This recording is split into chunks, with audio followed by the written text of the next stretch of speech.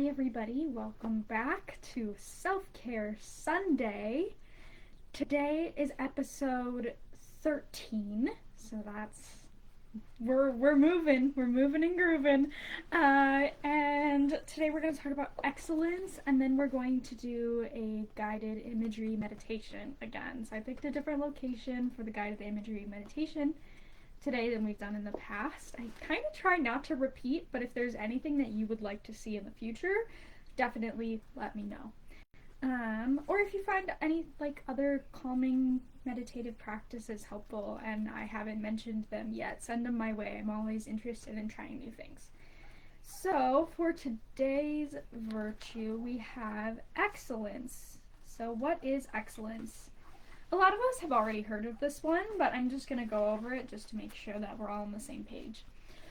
So the virtue of excellence. What is excellence? Excellence is doing your best. It is giving your best to any task you do or any relationship you have. Within you are many possibilities. Maybe you are an artist. Maybe you can discover a new invention that no one has ever created before. Maybe you are the best friend anyone will ever have. Perhaps there is some difficulty in your life which you have the strength to conquer. When you practice excellence, you are not trying to be better than anyone else. You are trying to be the best that you can be. No matter what you are doing, excellence means that you are giving your best you have. Excellence is effort guided by noble purpose. It is a desire for perfection. The perfection is of a seed in the fruit which grows from it. The perfection of a seed is the fruit which grows from it. Excellence in your life is bringing your gifts to fruition. So basically, the purpose of excellence is that if you practice something or you strive for excellence, there's a lot of benefits to that, right? Like, if you're never striving for excellence, maybe you're going to end up not doing very well in any of the things that you try, and you're going to give up really easily, and there's just a lot of things like that. But if you strive for excellence, there's a lot of beauty in that, right? That could be anything from artwork to doing your best at a job to friendships to anything that you might choose. If you strive for excellence, that's a really good way to build yourself up. Don't beat yourself up if you don't get everything perfect. I think there's a difference between striving for excellence and perfectionism. And perfectionism is this idea that if you don't get everything exactly right, then you're a failure. Or if you don't have everything exactly perfect, then you are not worthy of anything, right? And perfectionism can tear down your character and your experience of life, whereas excellence can kind of bring the best of yourself to the forefront while knowing that you're striving to do the best that you can, and whatever happens, right? So excellence is what leads to success. So this is a little bit about why we should practice it. I kind of went into that.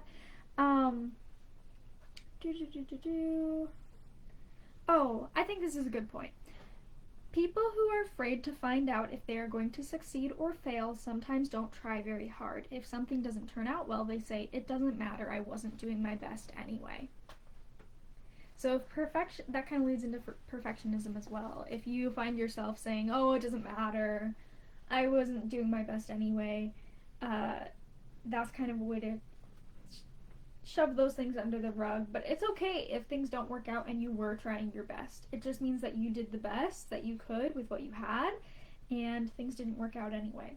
And I think most people would rather you try your best than not give it anything, you know? People who don't practice excellence just do things halfway. They try a little and then they give up. They usually don't have very exciting or fruitful lives. They act as if nothing matters very much, as if they don't matter very much. Things matter. And you can act like things don't matter to you, but they do. That's basically what this is saying. Things matter to you, so try them, do them, give it what you have. It talks a little bit about how you might be able to do things that other people haven't before if you strive for excellence, and how you're able to build yourself up. And then it talks a little bit about how to practice excellence.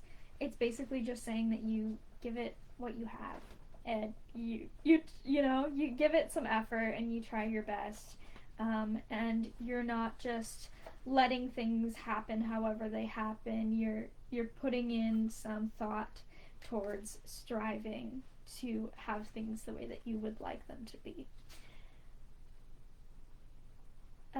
Oh, this is a good point. Striving for excellence isn't always about doing. It is also about being. You need excellence when you are working on a virtue, like patience or honesty. Excellence comes as you pay careful attention, as you improve little by little, day by day. That is how a tiny seed grows into a giant tree. That is how hidden gifts can bear fruit in the world. My mom sent me this little fact, and I think it's really fascinating. So if you work on something for 17 to 18 minutes a day for a year, you are typically better at that thing than 95% of the world in that area. So that's less than 20 minutes a day. And I know time is busy and you've got things going on, but 20 minutes isn't really that long. So if you can find time, if something really matters to you, to spend 20 minutes doing it every single day, then for a year, then you will be better than 95% of the world. And if you miss a day, that doesn't make you a bad person.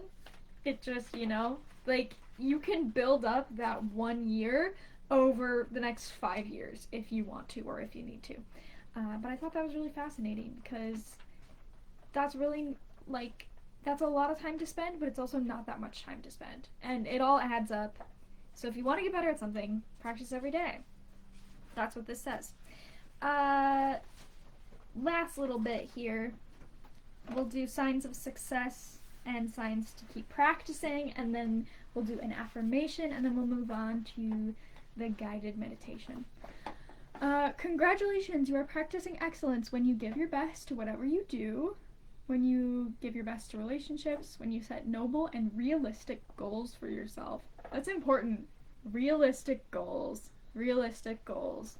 There's something called SMART goals. If you're having a hard time figuring out how to set a goal, look up SMART goals. It's an acronym, and it can really help you out. Remember, plan, and practice. Don't try to do everything, and develop your own gifts. Yeah, so focusing on something specific can help versus trying to do everything well. Keep trying. You need more practice when you start something new without a plan, when you try to be all things to all people, when you try to do too much or settle for too little, when you are afraid to fail, when you belittle your own gifts, and when you quit before you are finished, or when you could do more or better. Yeah. So there's some signs of success and signs you keep trying. And the affirmation is, today I am thankful for my gifts. I will give my best to the work that I do and be at my best with others. I dare to set noble goals to do what is possible. I choose excellence in all things. Yeah. There's your little note on excellence for today. Let me know how that goes this week if you want to. Yeah. Okay. Now I think we're going to move on to another guided imagery meditation. I think... Where should we go today? I think we're going to go underwater. I think we're going to go under the ocean. I personally really enjoy aquariums and I love fish and things like that. So I think that's where we're going to go. If you have any suggestions for future ones, let me know where you want to go. I'm thinking maybe next time we'll go to the rainforest, but we'll see what happens. So I ask that you find a comfortable place. This can be sitting or lying down. You can choose a spot on the floor and sit cross-legged if you're able, or in a chair like I'm sitting. Anywhere that feels comfortable is totally fine. We don't necessarily have to be doing any sort of specific breathing or, that kind of stuff during this practice. So just kind of exist. Find a comfy spot to be. And we'll get started. Sometimes I find that closing my eyes can really help me imagine and feel grounded in the spot that I'm trying to go to. So we're gonna start out at the ocean. And it's important to note that during this entire meditation, you are safe. And if you find that these don't resonate with you, that's okay. You can choose a different meditation, or you can give it a try. But with this meditation, you are safe. And for the purposes of this meditation, you don't need to worry about how long your scuba diving gear will work for, because you are magical and you can breathe underwater. You can breathe underwater and you can see underwater, so just get yourself ready however you want to. If you want to put on some what do they call them? Fins? Flippers? No. What are the things that you put on your feet that help you dive and propel through water? I literally can't think of what they are right now. That's okay. If you want to put those on, if you want to put on a swimsuit, or maybe you have some clothing that you like to wear, just put those on and stand at the edge of the beach. And we'll walk out, feel the sand beneath your feet. We'll walk a ways along the beach and see the ocean waves. What do they sound like?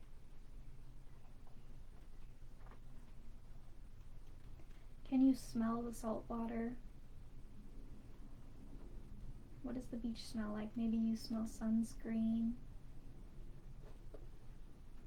Maybe it smells like it's about to rain. What do you smell?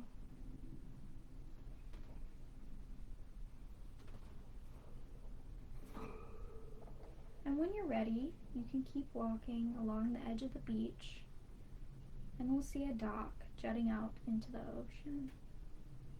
And you can feel the wood under your feet now that you're walking on the dock. What does that feel like? How is that different from the sand? Is it flat? Is it cold? Is it warm? Are there grooves in the dock? Is it really smooth? And just take a second to feel that under your feet as you walk out to the edge.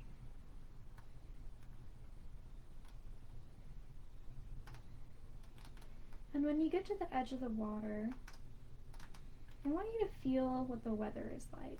Take a look around. Do you feel rain? Do you feel the sun? What do you feel?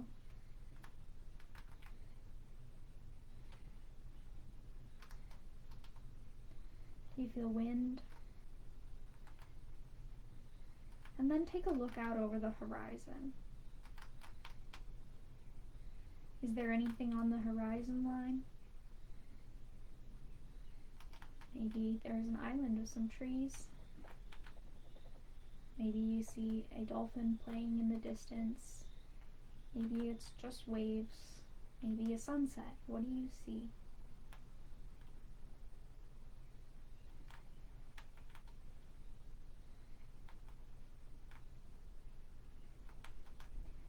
And I want you to think about, what do you hear too? What do you hear at the end of this dock? Are there seagulls? Hear the waves lapping at the edge of the ocean?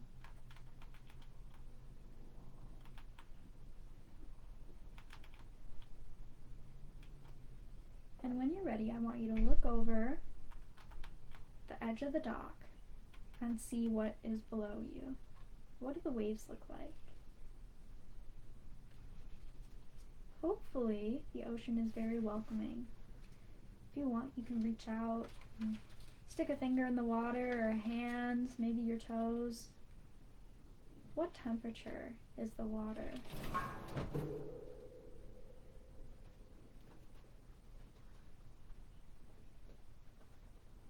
And whenever you're ready, you can find a way to get into the water. So think about it for a second. How are you going to get into the water?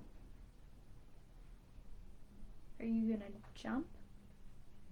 Are you going to kind of ease your way in? How are you going to get in? Is there a ladder? Are you going to climb down? I want you to take a big breath and get in the water.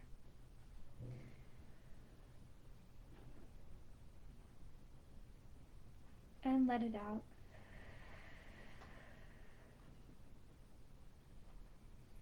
And now that you're under the water, you can breathe just fine.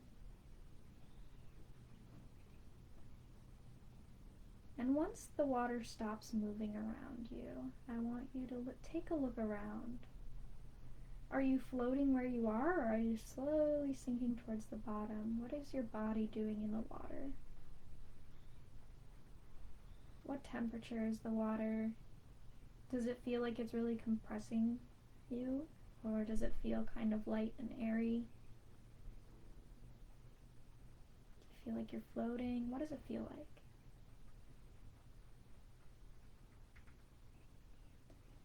And as you begin to notice that there's other things happening around you, I want you to take a peek at what kind of wildlife or seaweed or sand or shells, what is around you? What do you see? Is there things attached to the poles of the dock? What's down on the sand bed?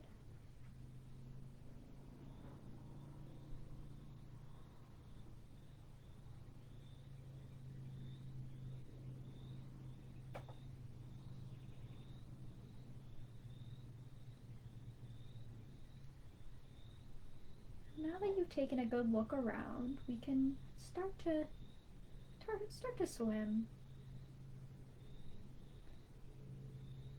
And you know how to swim at this point, so just go for it. Swim away from the dock and get a little bit further out towards past where the waves kind of come in, out towards the ocean. And as you get further from the dock, you start to notice that there is more and more corals and plants. And it gets denser and denser. And then you realize that there's some other things in the coral. So maybe you want to stop for a minute and see what kind of fish are there. Are there any crustaceans? Take a look at the colors. What colors do you see?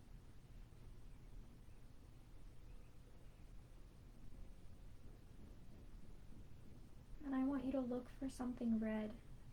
What do you see that's red?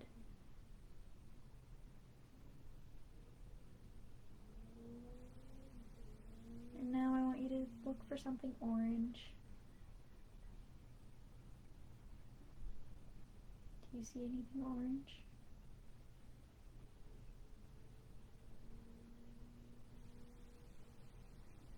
And then see if you can find something yellow in the reef.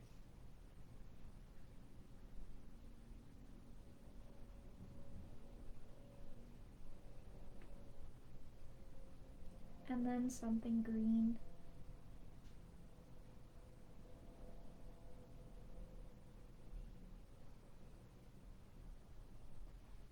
And finally, you can look up and you can see that the rest of the water, all the way down further into the ocean, is a really deep, comforting blue.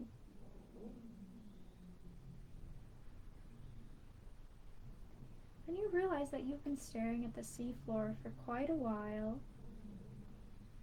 and you haven't looked up.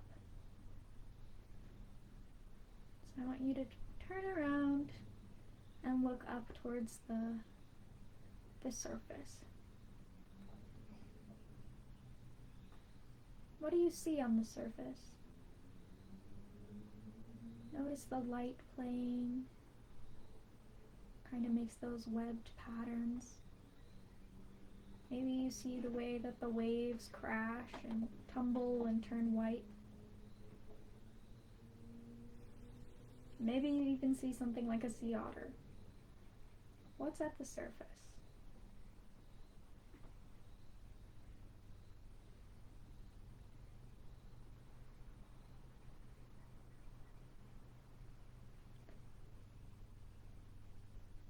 I want you to swim up towards the surface for a little bit. I'm not going to go all the way to the top, but just towards the surface. And when you're at a point where you can feel the waves starting to carry you back to shore, you realize that there's big sea turtles that are swimming in your area. And one is about to swim right underneath you. I want you to reach out and touch the turtle's shell. He doesn't mind. He's curious and playful, just like you are. So reach out and touch the shell of the turtle. What does it feel like?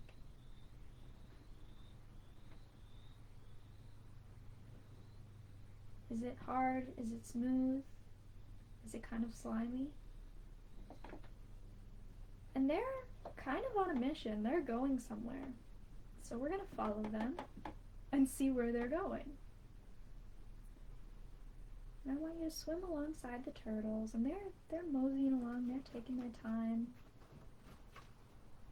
You can feel the currents rush over you of the water. Maybe they're helping you propel forward. Maybe you're cruising on a current. You're just letting it carry you. And by this point, you realize that you're pretty far out into the ocean. The water has gotten really, really deep. And there's some different kinds of wildlife out here. So take a look at what kinds of wildlife you can see deeper in the ocean. Maybe you see some manta rays. Maybe you see a shark off in the distance. He's doing his own thing. If you do, it's totally okay. Whatever makes you feel comfortable and interested. What kind of creatures do you see? Do you see a jellyfish? Do you see something kind of glowing way down in the depths?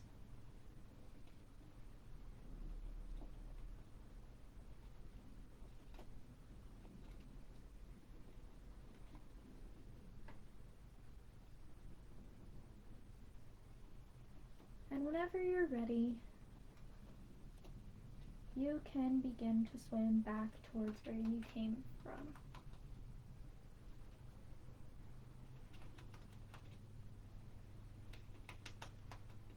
And feel how that is to swim. What is that like with the muscles? What kind of kicks do you have to use? What are your arms doing? How does that swimming experience feel in your body? Does it take a lot of effort? Is it really easy? And feel the rhythm of that swimming as you head towards shore.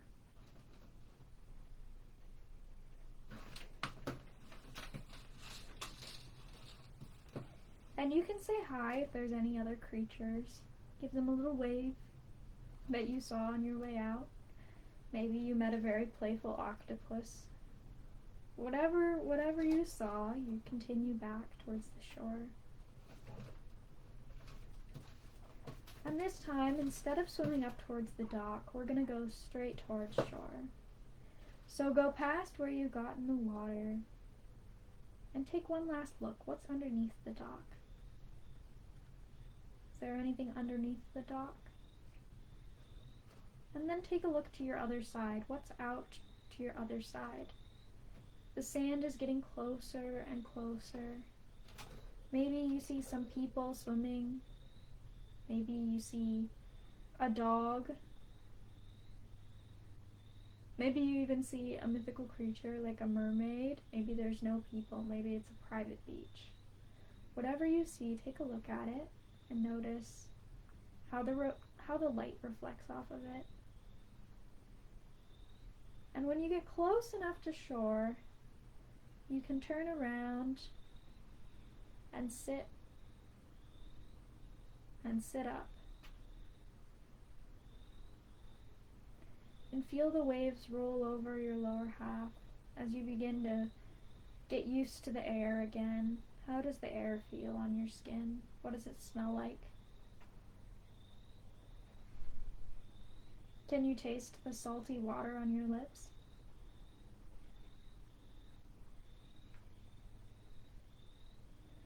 And then whenever you're ready, you can get up and walk back to your home, or you can drive, or however you want to get home.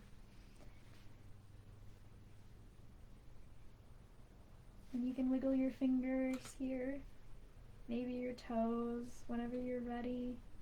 If you need to stretch, you can do so. And you can open your eyes.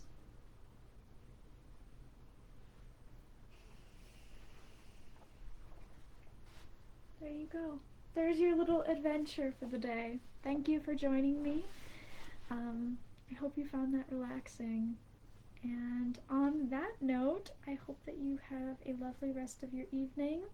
As always, I love you all. Have a good night. Goodbye.